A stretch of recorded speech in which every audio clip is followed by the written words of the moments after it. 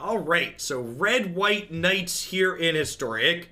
12 1-drops, 12 2-drops, good solid curve, some 3s here. My one big question that I feel like I'm interested in asking is, we've got this split of Circle of Loyalty along with Embercleave at the top end of the curve here.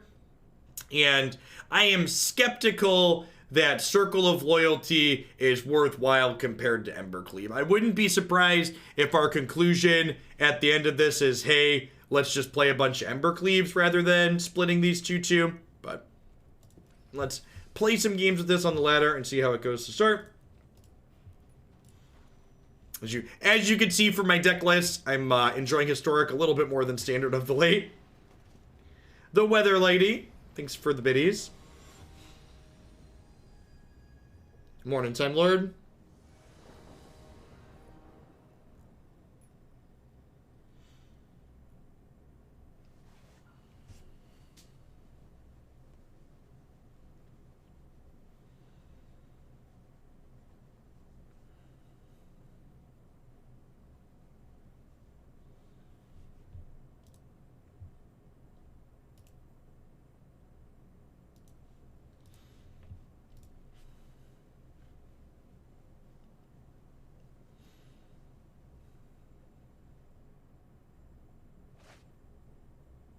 In.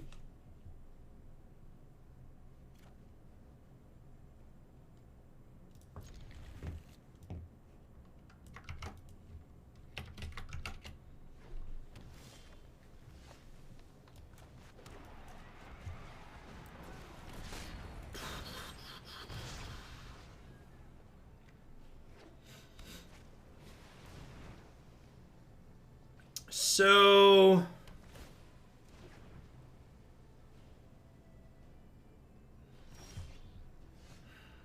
this attacks for 4 this turn, and then I attack. So if I play this, I attack for 4 this turn, and then this would let me attack for 6 next turn. If I play this turn, I attack for 2 this turn, and then I'd attack for 6, 7, 8 next turn. So it's either 4 and then 6, which is 10, or it's 2 and then 8, which is also 10. So I think I'm going to go ahead and lead on Inspiring Veteran because it's more mana efficient since they both output the same amount of damage.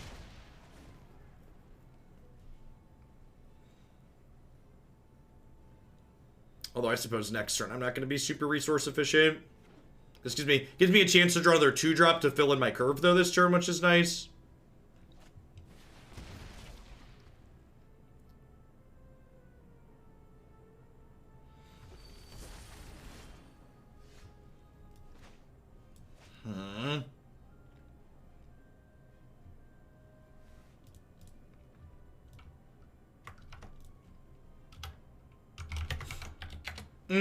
Yeah, that one's optional. Dahlia is just a flat text.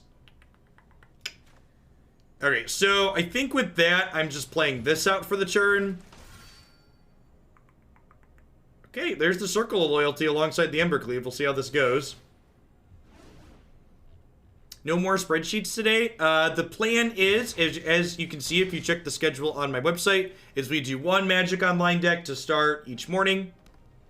And we roll on into Arena for the rest of the day.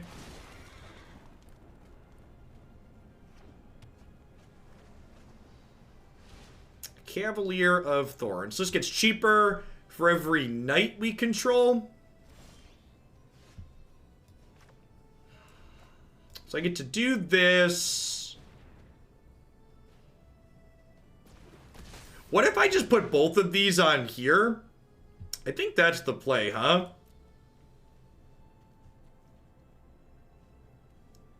Oh, gosh. Tournament Grounds doesn't cast this card. That... Yikes. That's a reason to play Embercleave. Tournament Ground definitely casts Embercleave, chat. It only casts equipment, not artifacts. Yeah, I guess that makes sense.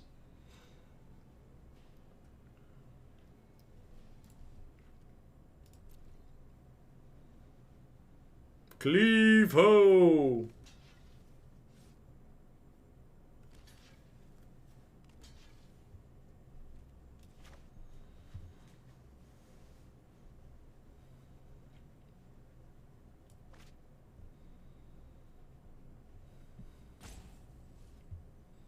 Yay! Aggro combo. If they block like this, they're not dead. They'll take 1, 8, 9, 10, 11, 12, and go to 2. I think they're trying to figure out if they can beat Cleave. To which the answer is probably just no. So they're just hoping I don't have it. I don't make this attack if I don't have Cleave.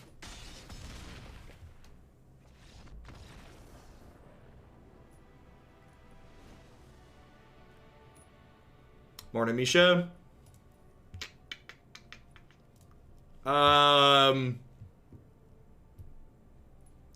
Is it possible I click submit here?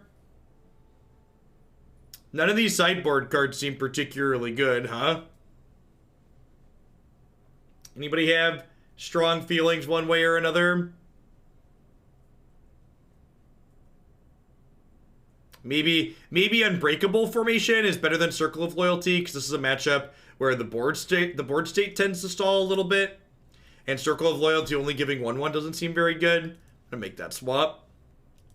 Unbreakable is very good at, like, the board state stalled a little bit, punch them.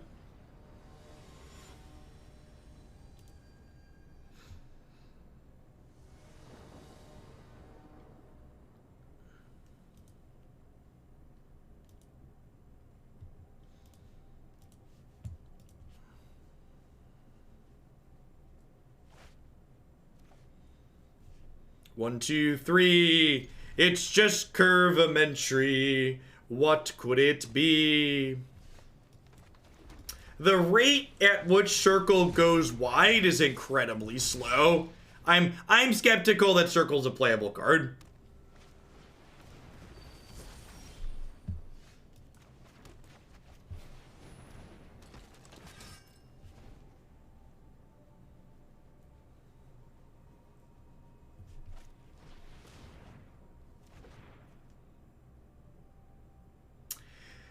I'm actually supposed to name humans with this, right? And not knights? Because this makes human tokens? Pretty sure that's the case.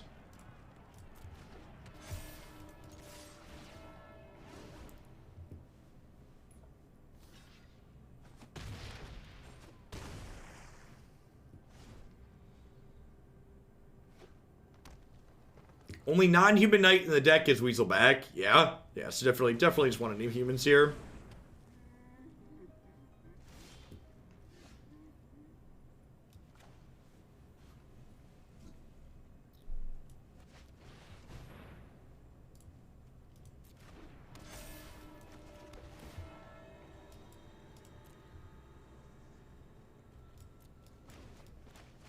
Next turn, we're probably going to head to Cleveland. Assuming we ever draw another night. Yeah, exactly.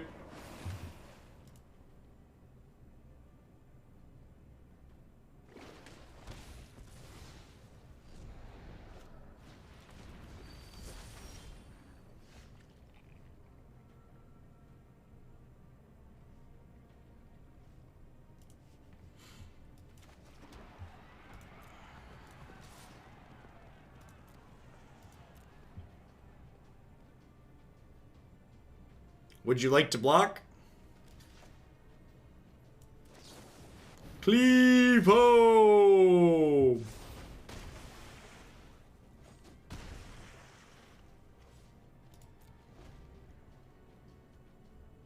Well, the good news is, if we continue flooding, we can activate these next turn.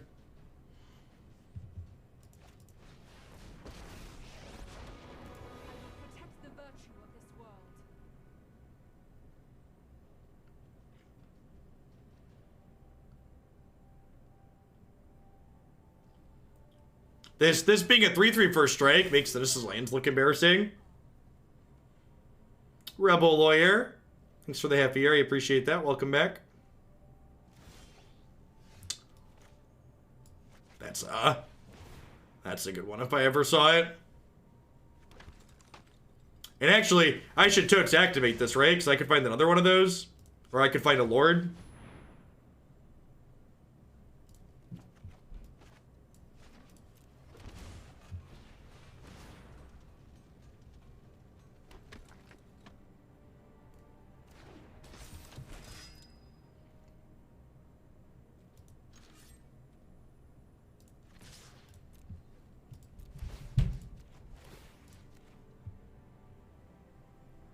Alright. Dear opponent, please don't Aethergust me.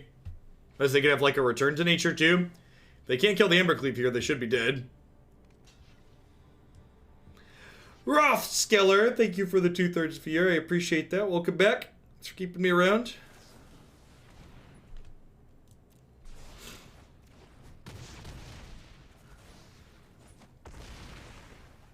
And even with the Aethergust, they're still pretty far behind, huh? Yep. They need like they need that card that bounces my board. Flood of Tears, whatever it is. Would you like to put Cleave on top? I would always like to draw a Cleave. Thank you very much.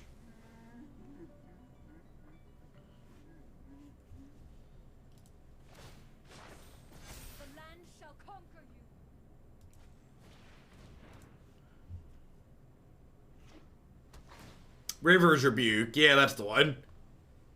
How was Modern this morning? Mediocre. Fair decks in that format are a tough sell. Did you?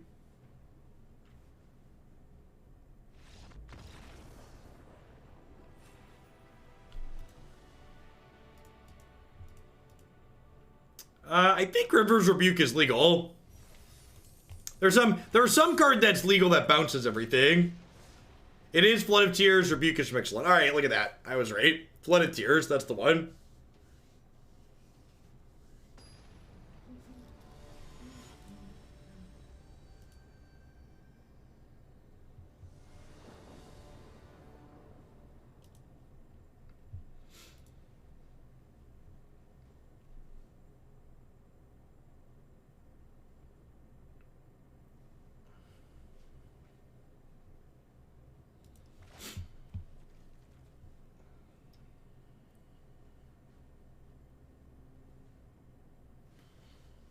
None of our 1-drops here, but the rest of the hand is very reasonable, so I think we keep this. We're on the draw, so we could pick up a 1-drop. We also, like, have our 1 of Temple, which is kind of like a 13th 1-drop in a way. Let's just do something on the first turn for some amount of value. Never didn't have it. Crunch. Sweet, we're up to 700 people. Weekend streams seem like they'll be practically possible. If we hit up to around 1,000 or so, I'll consider that a success.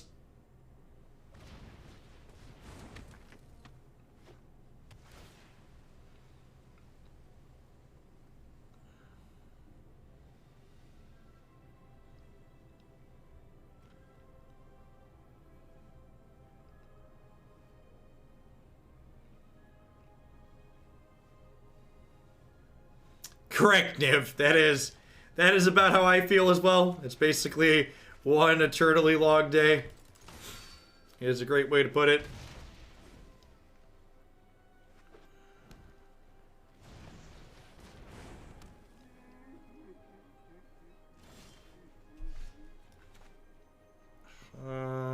Yeah, I think I do this.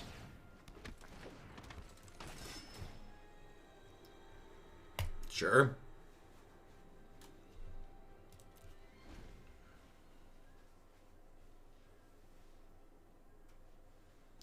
With the LGS shutting down and hang out with you or chat with my family, and it was a no-brainer, really. God bless. So this makes all my creatures bigger, and whenever I cast a legendary spell, we get a 2/2, and it can pay to create a knight. I think I'm going to lead on this, because we'll play this for 2 mana later.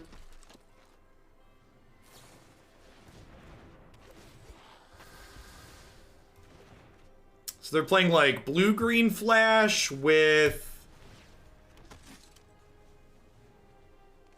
main deck Lovestruck Beast.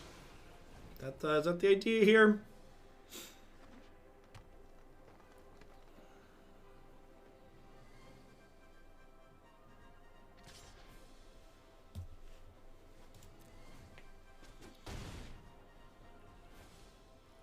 They have another Lovestruck Beast. Yeah, that makes sense.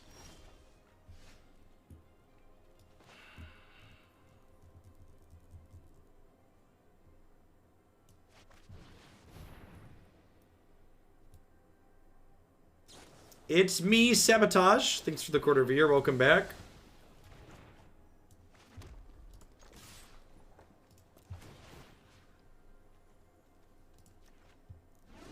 Cleave ho!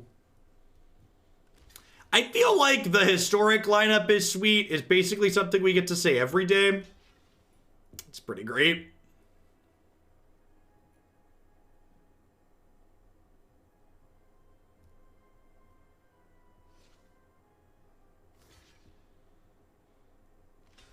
Evergreen message, yep.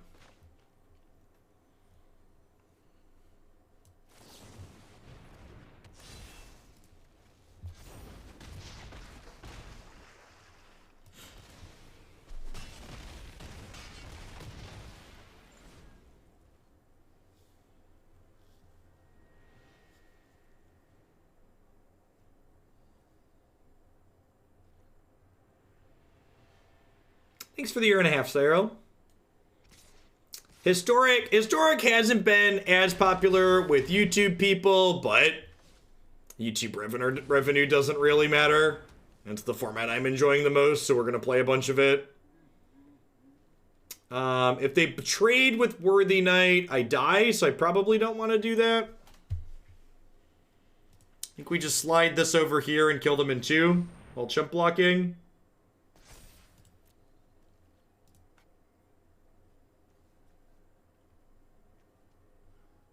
You about to get Brazen Borrowed? Game 1, Aether Gust.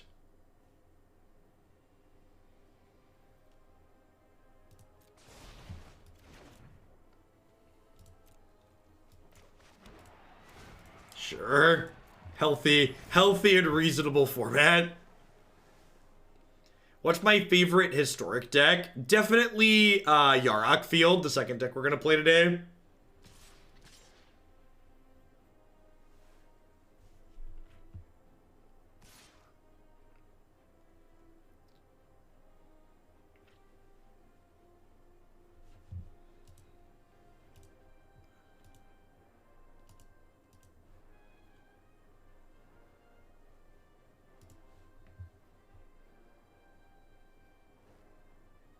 I think Aether Gust's a lot better than Noxious Grass game 1. It's not close. Almost every deck has green or red in it.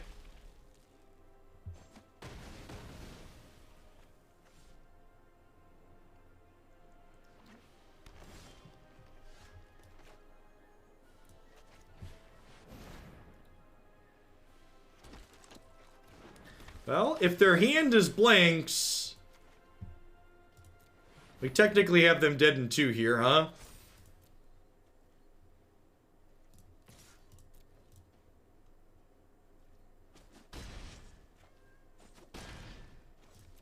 We're dead to any removal spell, though. That is also lethal. Lovestruck Beast really doing a number for them there. Generally speaking, flash deck like what the opponent's playing tend to be very bad against low to the ground aggro decks like what we're playing, but Lovestruck Beast was just a huge brick wall that we were unable to get through. I think again I'm just trading this out for Unbreakable Formation because Unbreakable Formation's much better on board stalls. Oh! Oh, the beast couldn't attack. Oh, you're super right.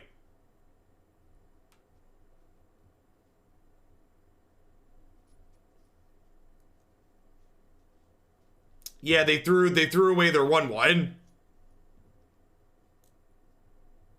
I wasn't thinking that the beast couldn't attack.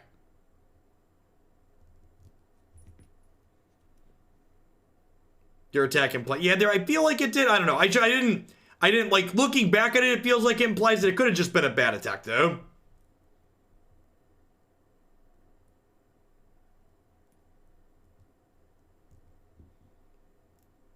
I mean, swoop wouldn't have really been useful there, Pomoyne.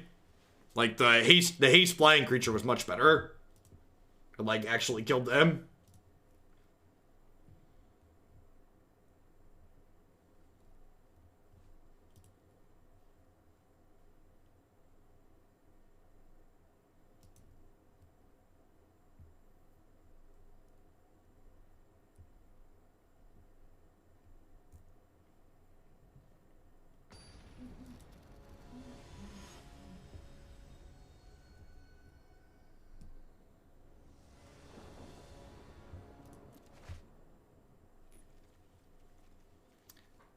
Yeah, the point, Pomoyne, is like when there's a wall, like tapping it for one turn doesn't seem particularly useful, and like having a flyer over the top that comes in and hits them right away seems better.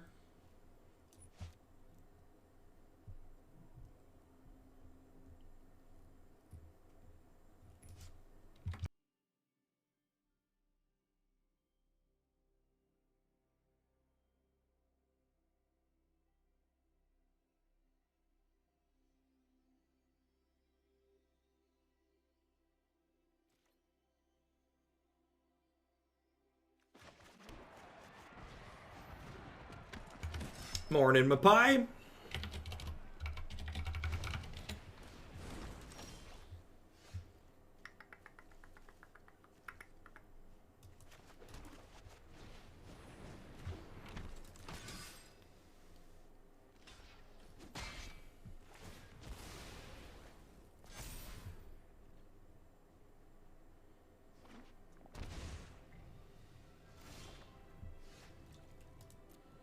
Is this a growth spiral turn? Brazen Borrower, sure.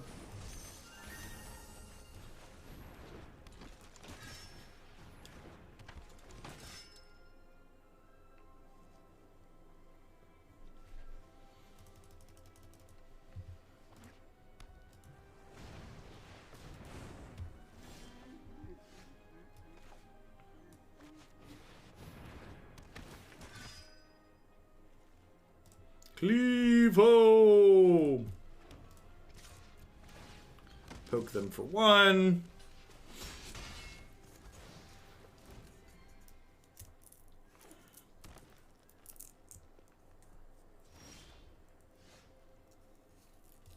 You have an outside cat. How do I know if he's social distancing?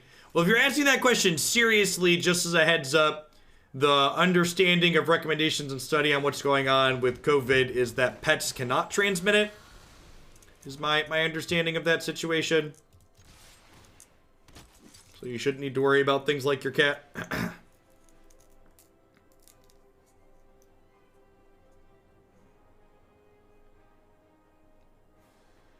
Anything Lovestruck blocks other than the 1/1 here means he dies to Embercleave. Well, trades with the Embercleave thing, I should say, I guess.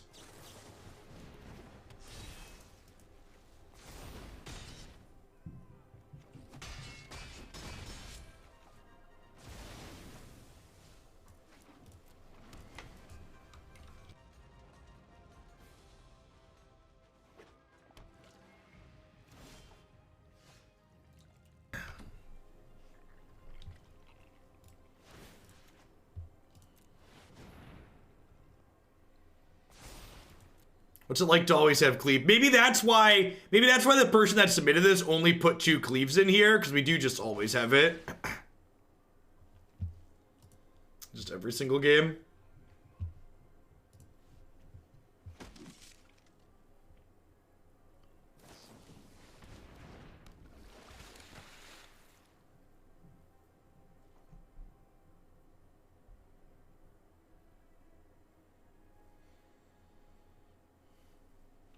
Contender does help with that a little bit, which is nice.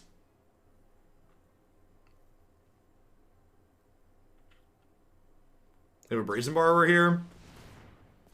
Never not Aether Gust.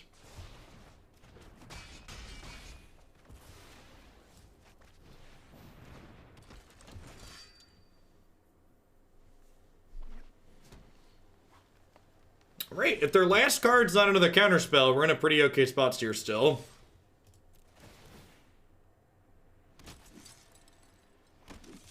Even if it is, we might still be okay, because this Acclaimed Contender could find us another cleave, potentially.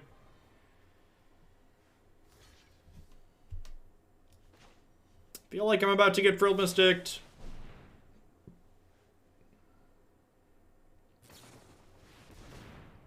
Feels bad, man. Like, this is an instance where I really wish I had more cleaves in my deck. We're getting to sack an extra counter on these, but like they have Brazen Borrower here to trade with this next turn, unfortunately. So we'll take another flying threat.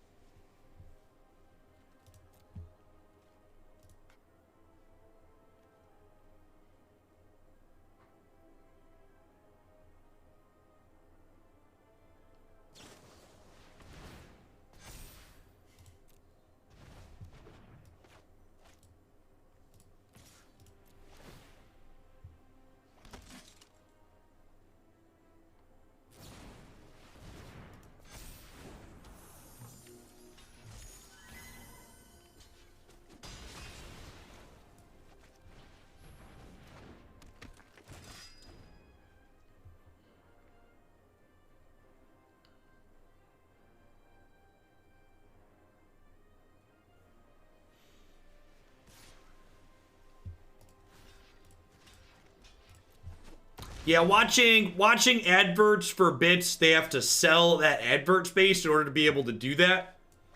So I'd imagine during a time like this where people are stuck at home, there's more people doing it. They had Gust game 1. This is a post-board game, but we did get Gusted game 1.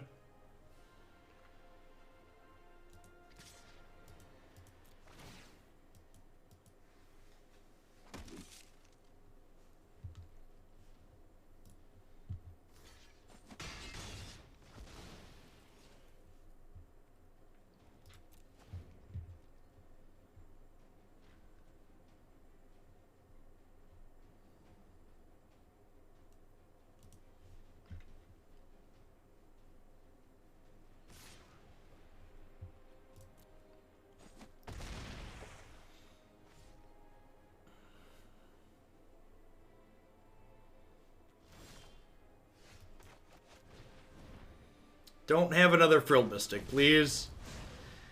Alright. Do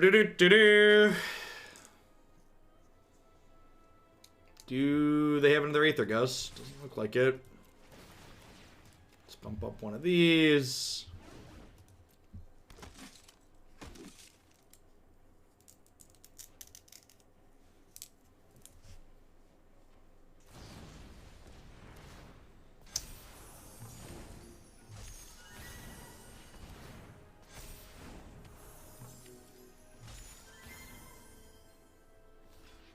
Cyrix, thanks for the 2/3 of a year. Welcome back. Yeah, I don't know. I feel like openly lying.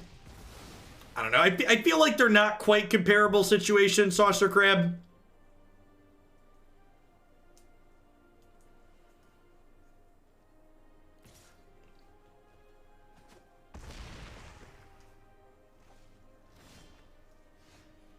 Do I just assume they have a creature they can flash in here? I mean, if they do have a creature they can flash in, I'm dead either way, right? So I might as well just, like, make them have it. Because if, like, they flash in a creature, I have one blocker back, I block this, they kill me with this, plus the other flashed in creature. I guess that one would mean I'm not dead. Wasn't thinking of Wildborn Preserver. I guess I could have also just had a Brineborn Cutthroat there. Maybe I'm supposed to leave the 1/1 back. I don't know. I'm gonna cut these stupid Circle of Loyalties. Or not. It's not a playable card. Especially with Icon of Ancestry here too. Let's just... Oh, it had Reach. Yeah, you're super right. That one doesn't matter because it has Reach. Good call.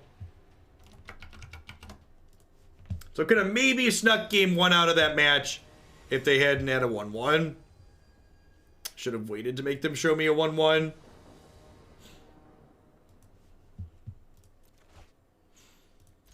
Excellent curve here. 1, 2, 3, right on up.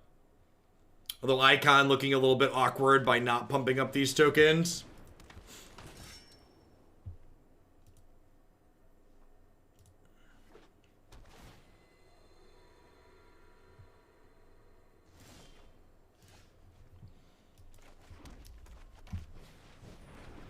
Lyra Wolf, thank you for the quarter of a year. I appreciate that. Welcome back.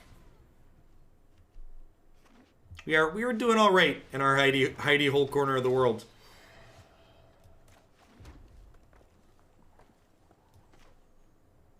Let's do this.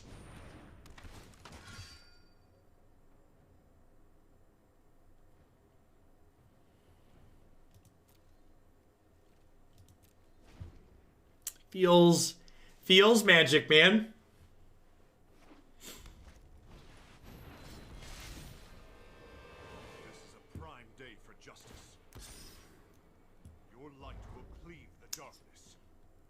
Excuse me? Oh, they're giving it vigilance. Okay, that makes sense. It's like,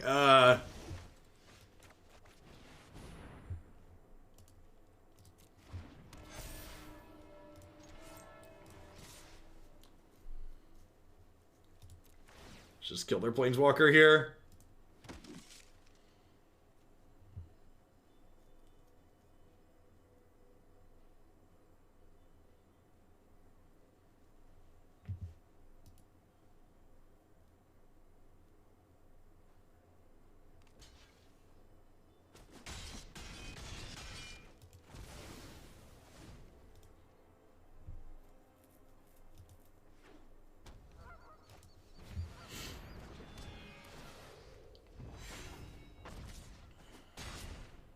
That's a big in.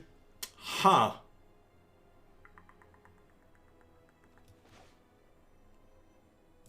I guess these together let me team up to eat this.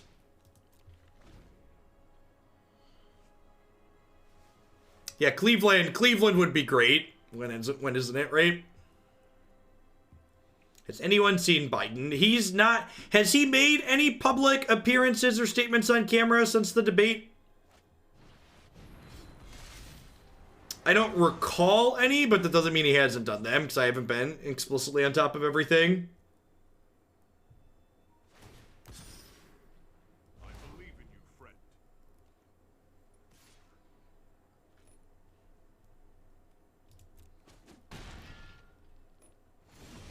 He appeared in a Facebook live chat. Okay. Hey, that's a good draw.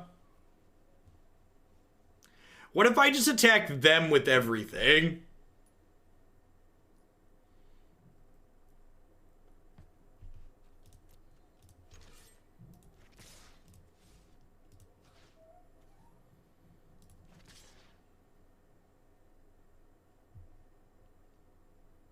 I would heavily encourage you to not entertain rumors that Joe Biden has died. That's some pretty extreme FUD nonsense.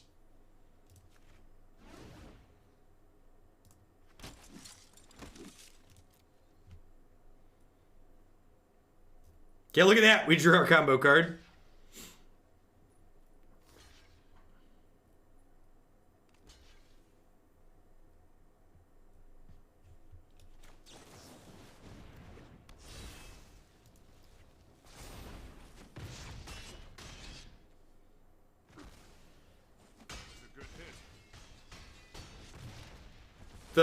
The idea that he could pass away and it wouldn't be reported, it would be something that would stay hidden, is like peak tinfoil hat and not really based in reality.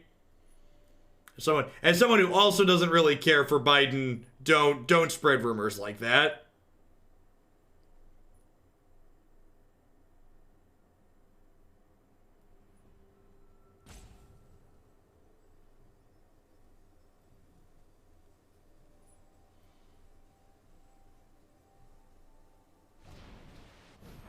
Either of those candidates passing because of their age is something that could happen, but like thinking that it could happen and stay hidden like some kind of big conspiracy is some real tinfoil hat stuff.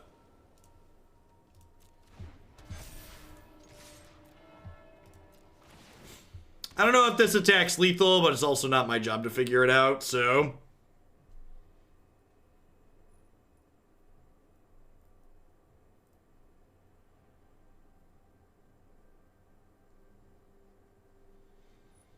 A contender here alone is attacking for 12, so...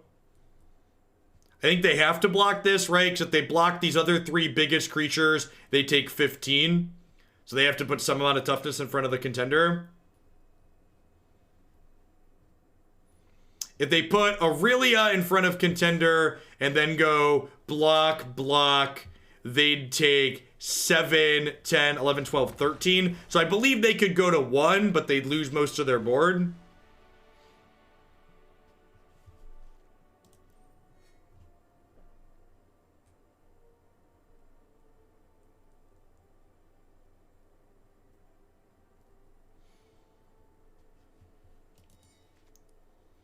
Unbreakable Formation sounds great here. Just very good at breaking these board stalls. I'm going to trim this because they have a lot of flying blockers. Yeah, Icon of Ancestry has been reasonable.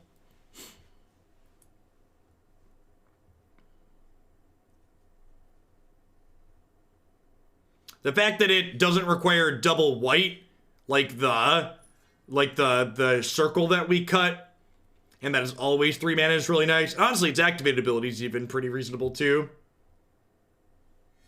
So, something that I think a lot of players do incorrectly is I think Unbreakable Formation's actually an incredibly bad card for responding to sweepers, because decks like what I'm playing don't typically have the ability to hold up mana on turns 3, 4, 5 to respond to a sweeper with a card like Unbreakable Formation.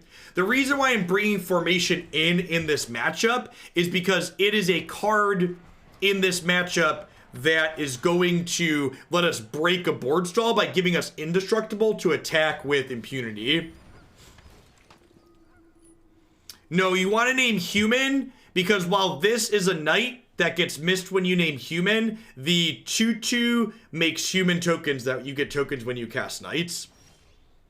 So you're right, we miss Mr. Weaselback here when we name human, but we cover tokens that get generated by the other thing.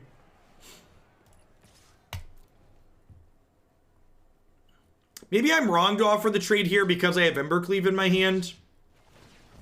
I don't know, making my flyer bigger sounds appealing.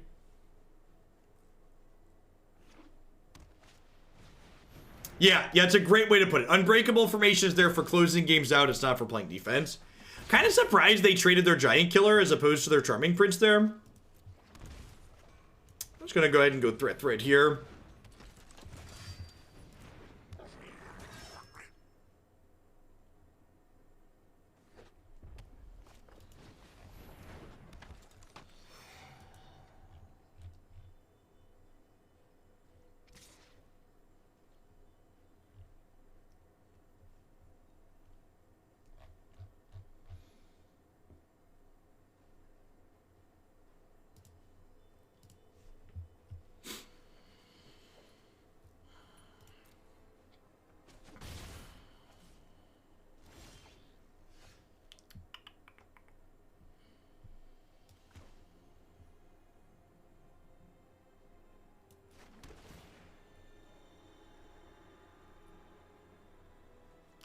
Perfect.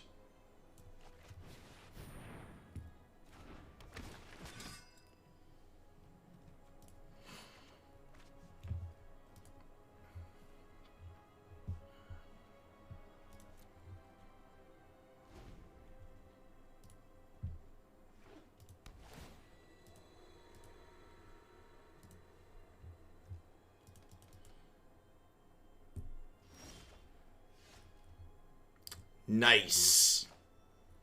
Let's do it.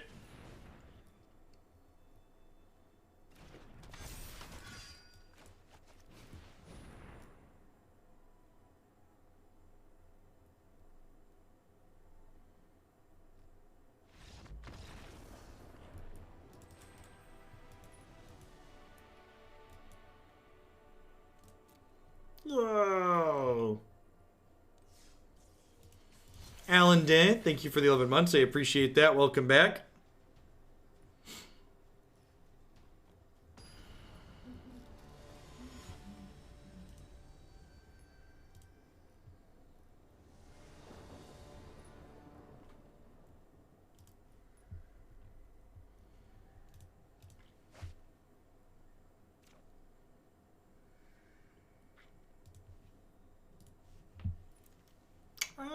Sure. Needs a third land or on the draw with the scry. I'm not super surprised this deck we're currently playing is doing well. Like I said when we talked about things that are good in this format, like Embercleave combo aggro is one of the things that I would classify as being very reasonable. And this is definitely a subset of that. I think this current standard format is reasonable if you're playing decks that are Brazen Borrowing or Teferiing people, or you're killing people with Cleave. Those are the types of things that are best. If you make a pie because you are bored and the only people in the house that eat it are you and your wife, how long does that pie have to last to not feel like complete animals? Listen, just enjoy yourself, Beetle. The best part about isolation is you don't have to worry about other people looking at you and judging you. You and her are the only ones that have to judge each other, so, you know. Just live and let live.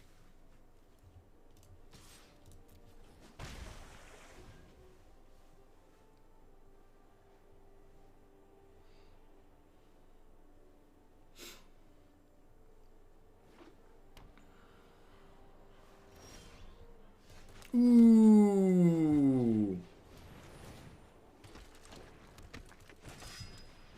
Dear opponent, please don't soot my ritual.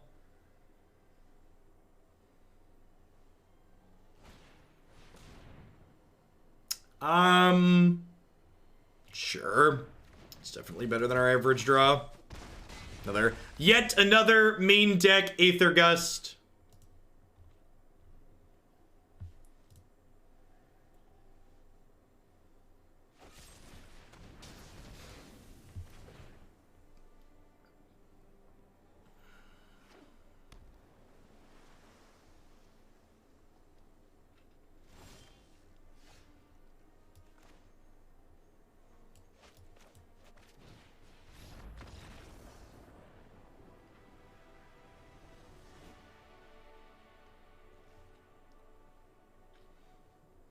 I don't really know what our opponent's doing. Feels like they could be more on the controlling side, so I think I want to board in some Gideons. I'm going to trim a couple Embercleaves here.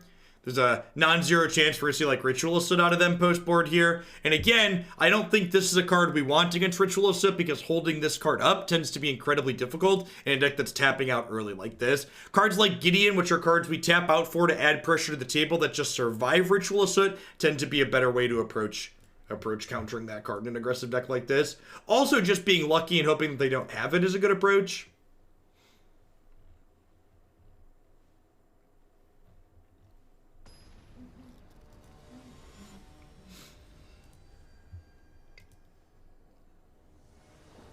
What are your thoughts on Magic Fest Online? I think how they plan to run their tournament sounds like a total cluster on top of the fact that the entry fee is expensive in proportion to the prizes that they're paying out. And then when you factor in that MPL and Rivals automatically get invited to the weekly tournament at the end without having to pay or play to qualify for it, it means your expected value as a player goes down even further because there's guaranteed to be a bunch of sharks in the water every week. Thanks for the entire year support, Gordnorio Minio. Do you think I should stop holding back, or should I tell you how I really feel about it?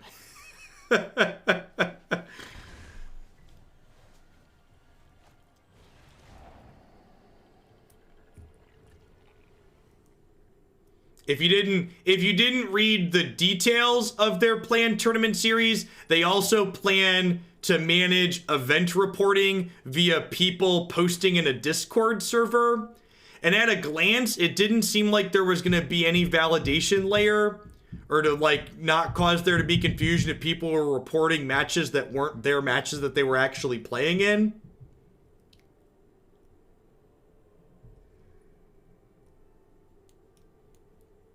Yeah, the tournament's going to be run via direct challenge. Also, based on their rules document outlined, it doesn't look like they're letting the actual arena timers determine what happens in the event that there would be a draw. It mentioned a 50-minute match timer per round.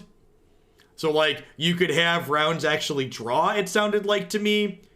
If I was playing, I'd probably ask for clarification on that because the rules document didn't outline it very clearly. I don't understand why they would do that rather than just having the arena clocks decide things, though. Like, one of the real upsides to digital should be that they get to use the arena timers instead of an awkward paper style system. Yeah, it felt like that's the way paper Magic works, so we have to do it in digital type thing. Because the arena clocks are way too long. Sure, if that's the argument you want to make, sure. I think that's a crappy argument. I also think if they genuinely think the arena clocks are too long, they should probably just appeal Wizards of the Coast to give them a custom game mode or shorten the clocks in the tournament mode. Because if your first major tournament organizer that's running tournaments on your client that feed into the actual Players Tour think your competitive clocks are too long, you should probably fix that. If adjusting how much time is on each player's clock is something incredibly difficult and convoluted to do in the Arena source code, that's probably doesn't bode well for the future of Arena. Yes, Arena clocks could basically go up to 64 minutes. It can take 30 minutes, 30 minutes, then two 2-minute segments. Actually, they could technically go longer than 64 minutes because you could technically play a game 4 on Arena if a game draws. So, like, I understand that Wizards of the Coast can't just, like, snap their fingers and add a tournament mode. Like, it's not trivial to add a tournament mode to this client. I understand that. What should be trivial, however, is them to create a direct challenge tournament option that has shorter clock times. That should be trivial. And if it's not trivial, I'm very concerned about the future of Arena's ability to add features.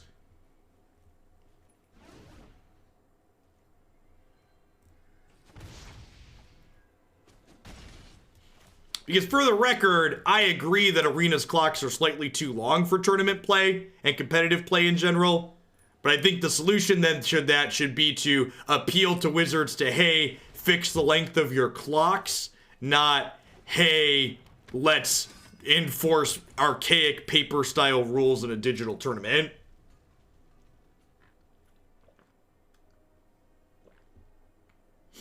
It's not their fault they have to unwind all their go-to statements. Oh.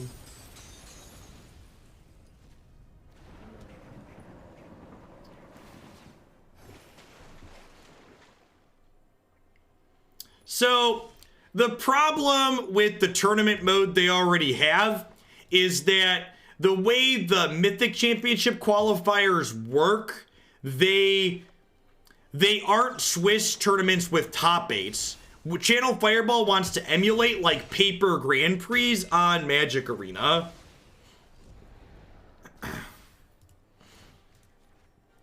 Yeah, there's also no possible way to call a judge for slow play.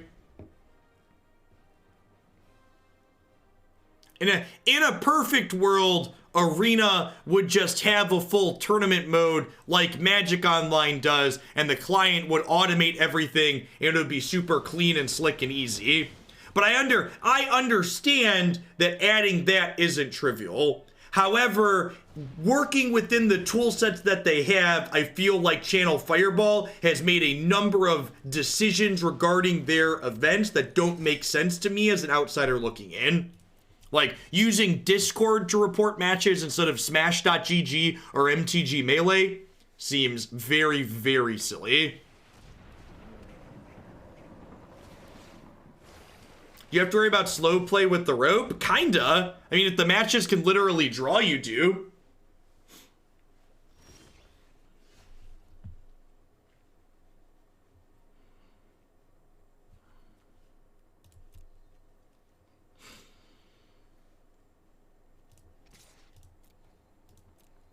If you're watching Governor Kumo in New York, he's done a really good job so far. I've been half watching it and looking at the timelines, and I feel like he's been slow to respond in a number of ways.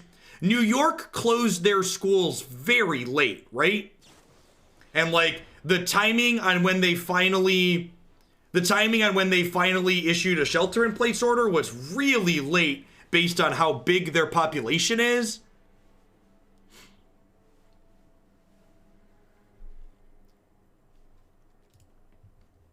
Unless I'm confusing their timelines with something else, I feel like their reaction time has not been great. Like, the Illinois governor, I've actually been very pleased with. Like, he seems far out ahead of the ball before anything's been overwhelmed here.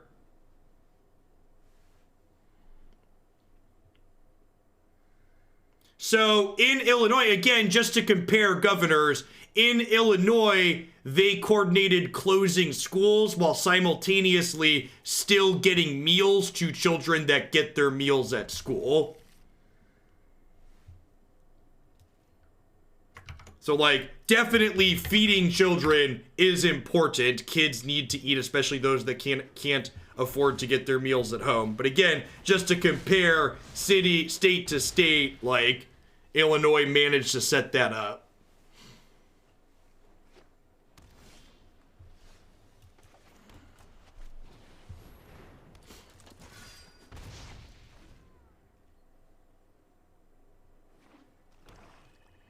It's definitely frustrating overall that there hasn't been more guidance from the federal to make things consistent across.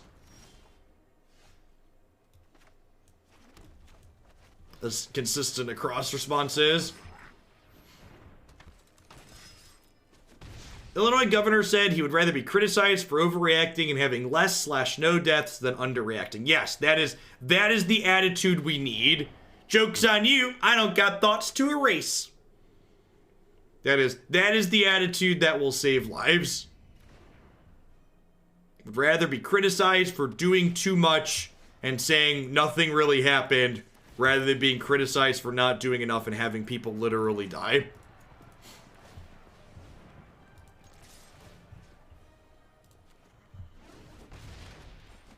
Alright.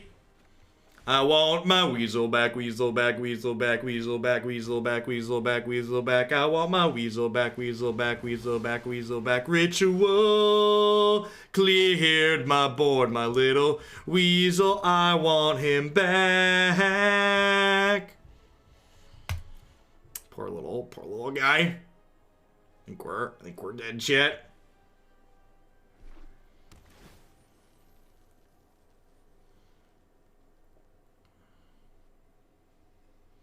In contrast, DeSantis still hasn't declared lockdown in Florida, and the beaches are stuffed with people. I heard Hawaii also still hasn't declared anything.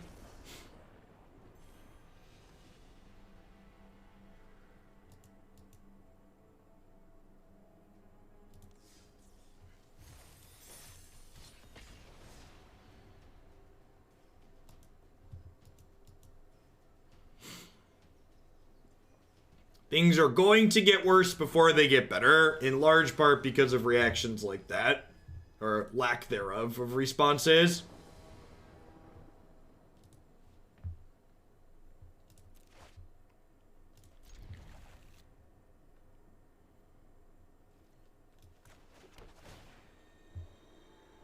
I don't think we really need to cut lands from the deck. We're on 22. 22 seems right. We're curving out to 3. Yeah, I think 22 is very appropriate. Like, we have Icon of Ancestry, we have 10 3-drops. I think 22 is more than appropriate.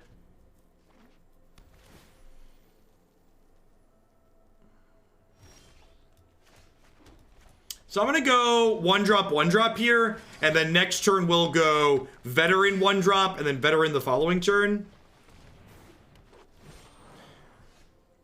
I think cutting a land's incredibly bad. In fact, do you know how I know my land count is right? Twitch chat thinks we have too many lands. The easiest way, the change I make most often to viewer submitted deck lists is adding lands to them.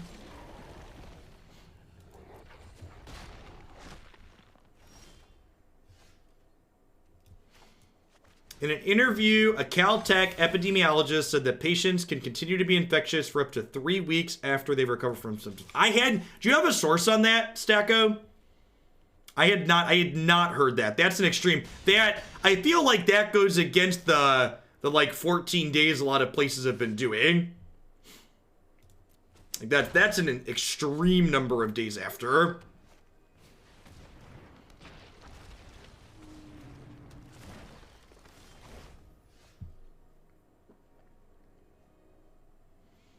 Well, are they dead? So they're at 9?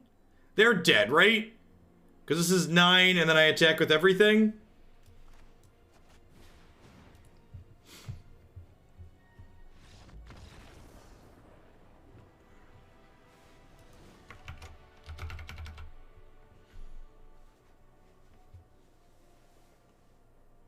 Virus shedding could continue for up to 3 weeks after a person recovers.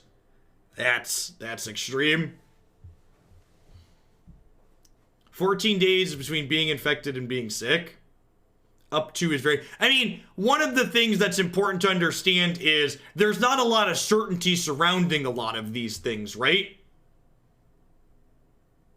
Like, this is still very new and they're still collecting a lot of data. In fact, most of the reasonable experts that I've read things that they've posted and listened to, there's a lot of uncertainty in what they're saying, and none of them are speaking as though they know with certainty with what's going to happen, because they need more. They just, like, the fact of the matter is they need more time than they've had to study this.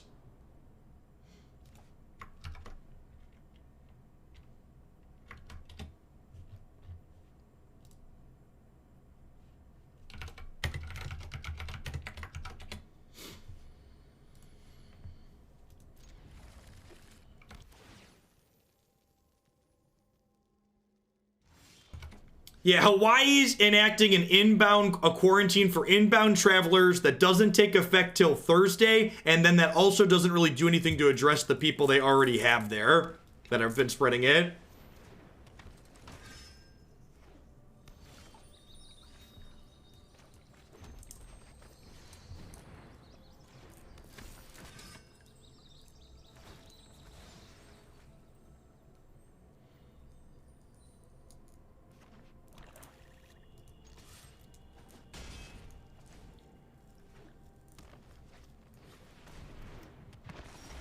Big dumb dinos. Dum dum dum dum dum dum. I think I just do this to start. Try and get some card selection going here. I got my Weaselback, Weaselback, Weaselback, Weaselback, do do do do do do do do. Correct, Terran Terror. There are a number of people who have it and are contagious that don't have any symptoms. It's a very real concern. The only way to know is to do a test, correct?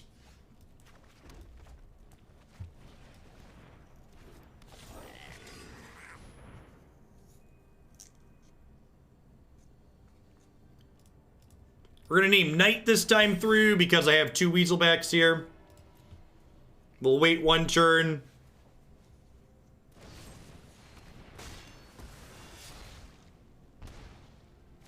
So we can cleave next turn.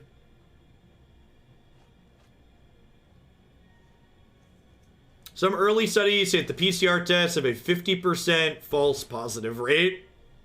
Okay. When you get COVID, are the effects always severe? They are not. So they're saying that some people get it and literally just never have symptoms. Half quarter.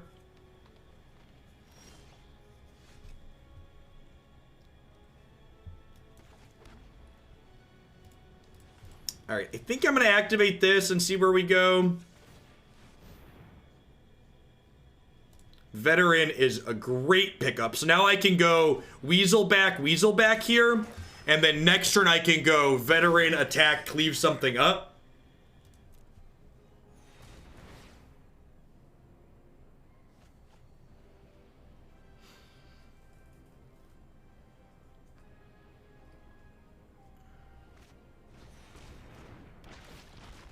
Something like 80% of cases do not require hospitalization. Yeah.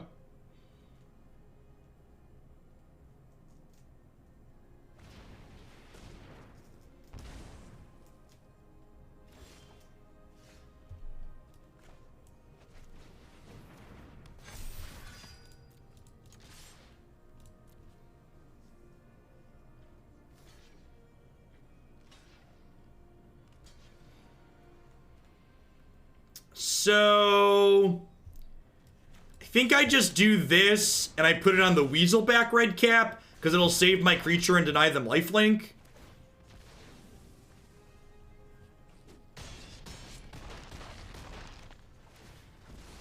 Yes, 20% is an incredible number of people, and that's why you hear a lot of things about flattening the curve and people staying in.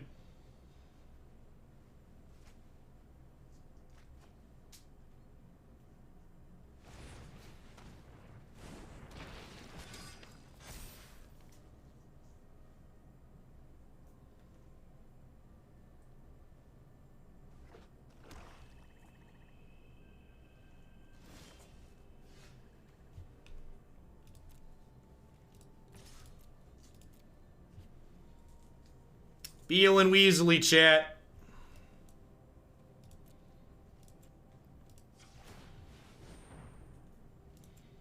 Who would win? 2 giant Regisaur or 1 Weasley boy? Things are looking good. Things are looking good for the Weasley boy.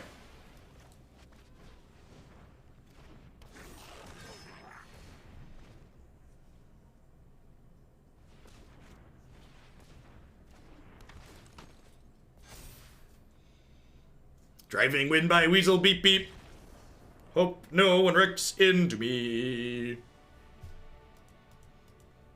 That deck seems fine. Like I said, so like, we talked about Standard being kind of a tough format right now. And I genuinely think that, like, if you're not playing one of the good Brazen Borrower or Teferi decks, you should probably be playing Embercleave. And if you do that, you could probably steal enough match wins to be happy. Be bouncing things or be smashing people down, and you're probably going to be okay. Yeah, seems fine. We'll bottom a mountain. Have a tapped land on 1, 2, 3.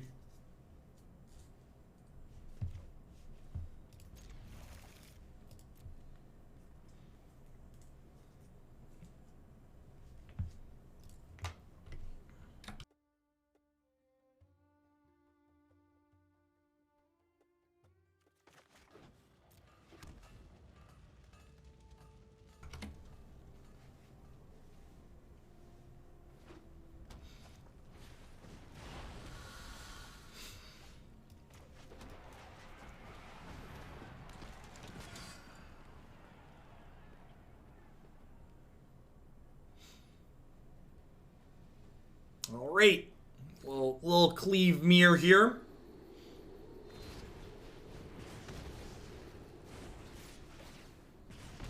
Poor little knight. I'll lead on this. This could find us a 1 or a 2 drop to dump. Oh no! Oh, I'm so dumb. I'm just like used to this card. Like, we just always have a knight in play. Def doesn't trigger if you don't have a knight in play. So pretty big mistake. I was saying I want the trigger here on this so I could play 2 2-drops next turn most likely, but I don't have a knight, so this doesn't trigger.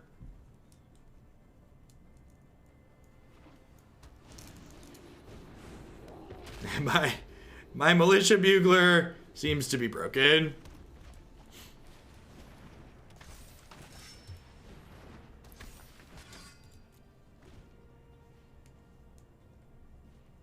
Yes, this is an intervening if clause. It checks that you have a knight when it goes in the stack, and it checks that you have a knight when it resolves.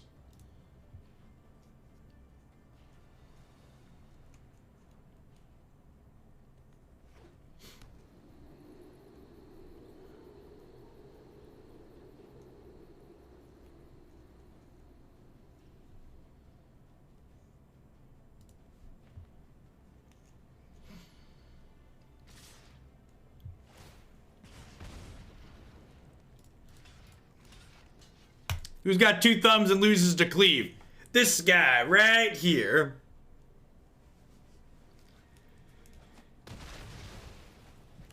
Oh!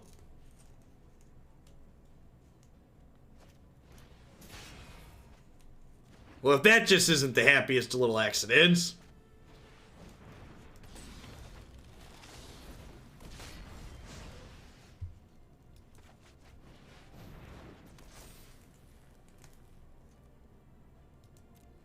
I'm not certain we can beat Torbrand next turn. And, like, this is why the mono red deck is probably the best of the cleave decks. Because it effectively, the mono red deck effectively has 8 combo cards in it. Because it gets to play Torbrand on top of playing cleave. Is the tough thing.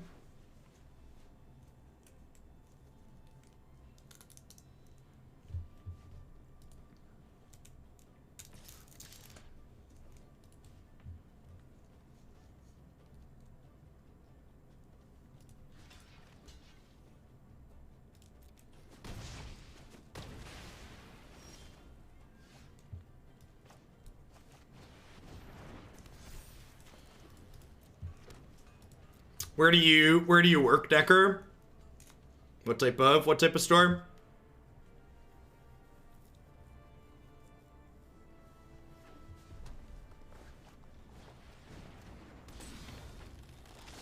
At a gas station? Okay.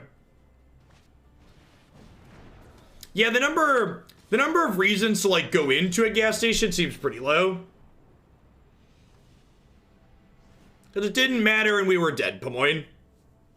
I should have conceded that game when they played the Torbrand. It was not winnable.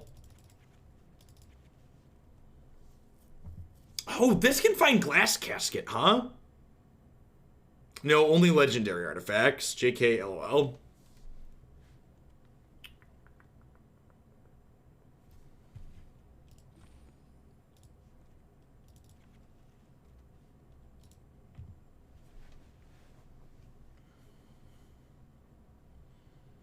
Moose, come in for Red Bull and cigarettes.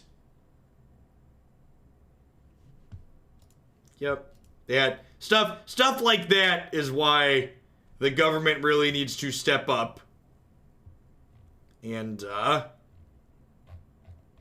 do something in a more extreme way.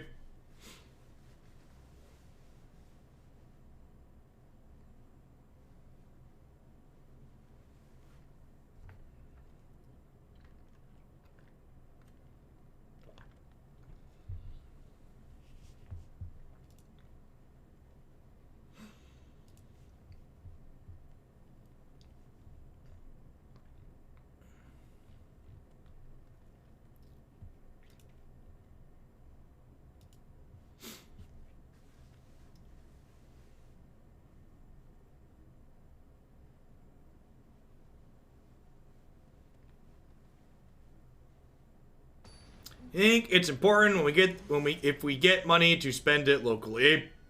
I don't know. I'm not an economist. I'm just some idiot on Twitch playing video games.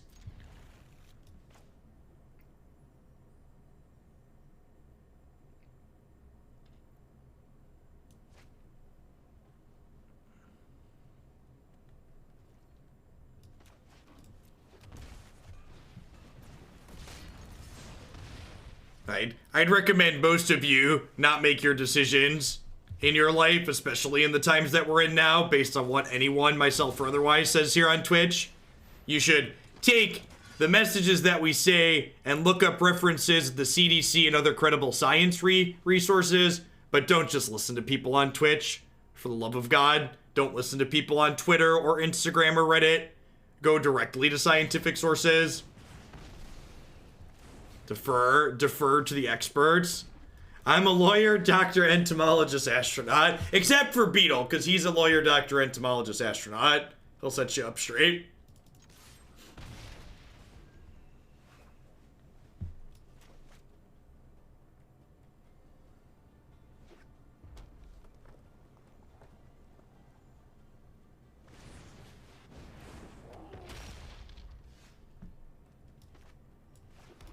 So I think I hold Devout Decree here, so that way we can exile a Torbrand if they have it.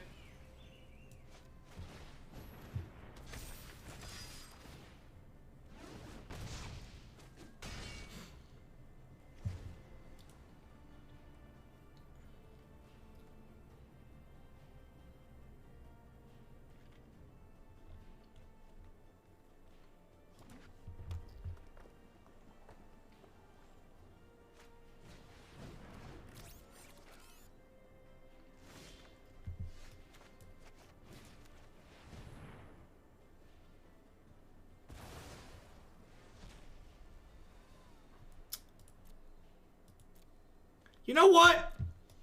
That little red cap's gonna attack for 7, chat. I believe in you, little Weaselback.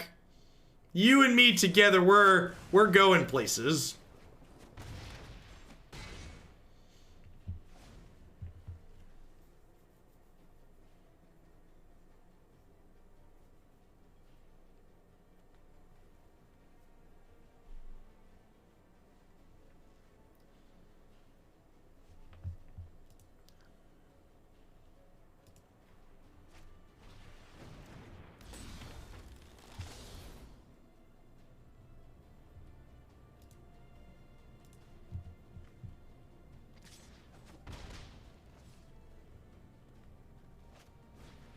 Light them up.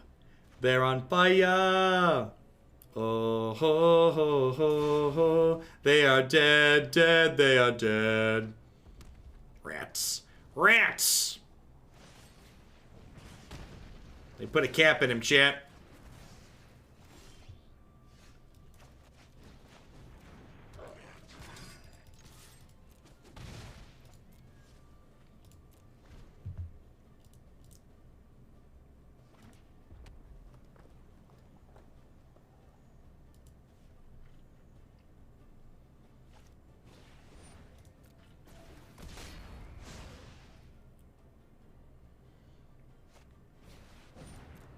If a company is staying open because it's been deemed essential, should that company be getting hazard pay? Yeah, probably.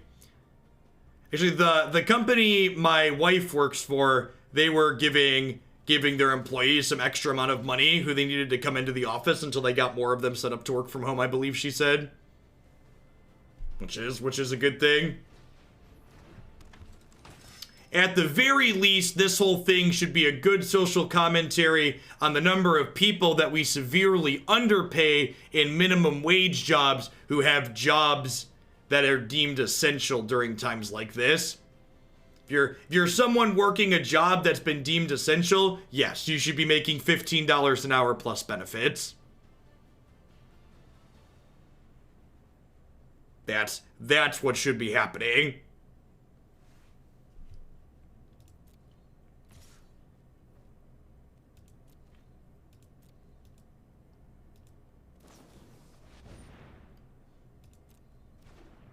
Are we dead?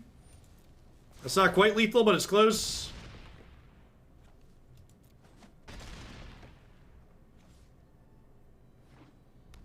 Land shock lethal?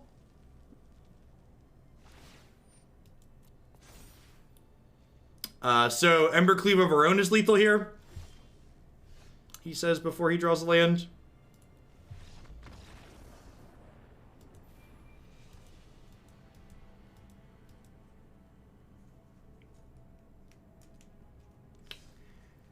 I feel like my opinion of the format didn't really change after playing this deck. I think because we're playing Embercleave and we have an okay curve, this deck is fine and you can steal games with it. I think in general, all of these other Embercleave decks are kind of just worse versions of the mono reg deck we just lost to, in large part due to the fact that the mono red deck gets to leverage Torbrand in addition to Embercleave. I want my company to learn that having me drive an hour and a half a day makes me less productive than if I'm work from home full time. Some of that. Correct, Bovine. All right, what are we doing? We are going to roll on in to some historic for the rest of the day. We're going to do 4 historic decks today, doing a little bit of a longer stream for our first Sunday segment.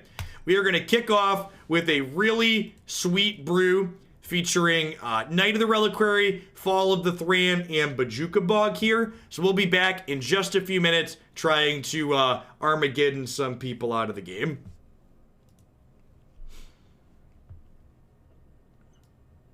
How did Modern go? Playing fair decks in Modern continues to be mostly dumpster fire.